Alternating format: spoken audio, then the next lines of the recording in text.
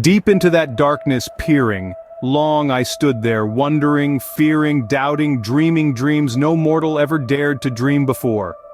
These haunting words plucked from the pages of The Raven are as chilling today as they were in the 19th century, capturing the essence of Edgar Allan Poe's Gothic world.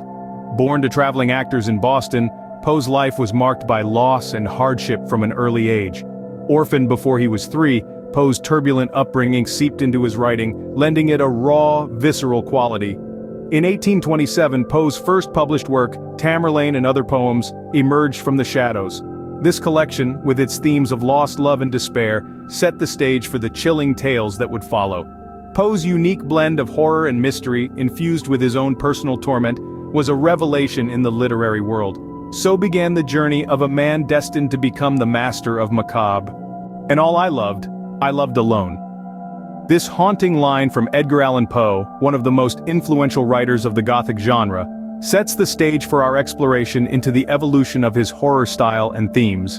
From 1831 to 1841, Poe's work underwent a significant transformation, a decade that saw him honing his craft, refining his style, and pushing the boundaries of horror and suspense literature. It's in this period that we see Poe's genius truly begin to unfold, his command of the grotesque and the ghastly reaching new heights. Take for instance The Telltale Heart, a chilling tale of a man tormented by his guilt after committing a gruesome murder. In this story, Poe uses the first-person perspective to take us into the mind of the murderer, allowing us to experience his growing paranoia and fear. Through his use of suspense and psychological horror, Poe masterfully manipulates the reader's emotions, keeping us on the edge of our seats until the very end. Then there's The Fall of the House of Usher, a story that combines elements of horror and romance to create a unique blend of Gothic fiction. In this tale, Poe takes us on a journey into the dark depths of the human psyche, exploring themes of madness, isolation, and the supernatural. With its eerie setting and haunting imagery, The Fall of the House of Usher showcases Poe's ability to create a chilling atmosphere that leaves a lasting impression on the reader. And let's not forget The Murders in the Rue Morgue, considered by many to be the first modern detective story. Here, Poe introduces us to the brilliant and eccentric detective C. Auguste Dupin, who uses his powers of deduction to solve a grisly double murder. This story serves as a testament to Poe's versatility as a writer, demonstrating his ability to blend elements of mystery and horror to create a truly gripping tale. In these works we see Poe's genius unfolding, his command of the grotesque and the ghastly reaching new heights. These stories, along with many others, cemented Poe's reputation as a master of horror and suspense, setting the stage for the next phase of his literary journey. For the moon never beams without bringing me dreams. As Edgar Allan Poe's world plunged into the peak of darkness, the period from 1841 to 1849 shone as the zenith of his literary career. During these years, Poe penned some of his most celebrated works that continue to resonate with readers across the globe. Among these, The Raven, Annabel Lee, and The Cask of Amontillado stand out as shining examples of his talent for the macabre.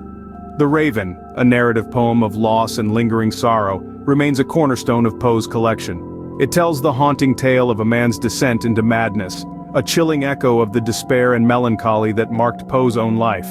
Annabel Lee, another of Poe's poignant works, is a heartbreaking ode to a lost love. The poem's haunting beauty and the raw emotion it evokes are, in many ways, a reflection of Poe's tumultuous love life, marked by tragedy and loss. The Cask of Amontillado, on the other hand, explores the darker side of human nature. The story of revenge and murder in the catacombs of Italy reveals Poe's ability to delve into the human psyche, exposing the latent horrors lurking within. Throughout these works, recurring themes of death and lost love are evident. It's almost as if Poe was channeling his own experiences of loss and sorrow into his writing, creating a Gothic world that captivated and terrified readers in equal measure. Poe's life was marked by tragedy, from the loss of his parents at an early age to the death of his wife Virginia in 1847. It's easy to see how these experiences influenced his work, imbuing his stories and poems with a sense of darkness and despair that is uniquely Poe. By the end of his life, Poe had created a body of work that would forever change the landscape of American literature. His tales of the macabre, his haunting poetry, and his exploration of the human psyche have left an indelible mark on the world of literature, ensuring his place as one of the most influential writers in history. Those who dream by day are cognizant of many things which escape those who dream only by night. These words, penned by Edgar Allan Poe himself, encapsulate the far-reaching influence and enduring power of his literary legacy. It's a legacy that has seeped deep into the veins of literature and popular culture, leaving an indelible mark that continues to inspire, captivate, and haunt us. Poe's works, with their unique blend of horror and romanticism, their exploration of the human psyche, and their profound sense of melancholy, have served as a rich source of inspiration for countless writers and filmmakers. His stories and poems, with their haunting imagery and chilling narratives, have been adapted and reimagined in numerous forms, from film and television to music and art. Notable authors such as Stephen King, H.P. Lovecraft, and Jules Verne have all acknowledged the influence of Poe on their work, highlighting his mastery of the macabre and his ability to delve into the darkest corners of the human mind.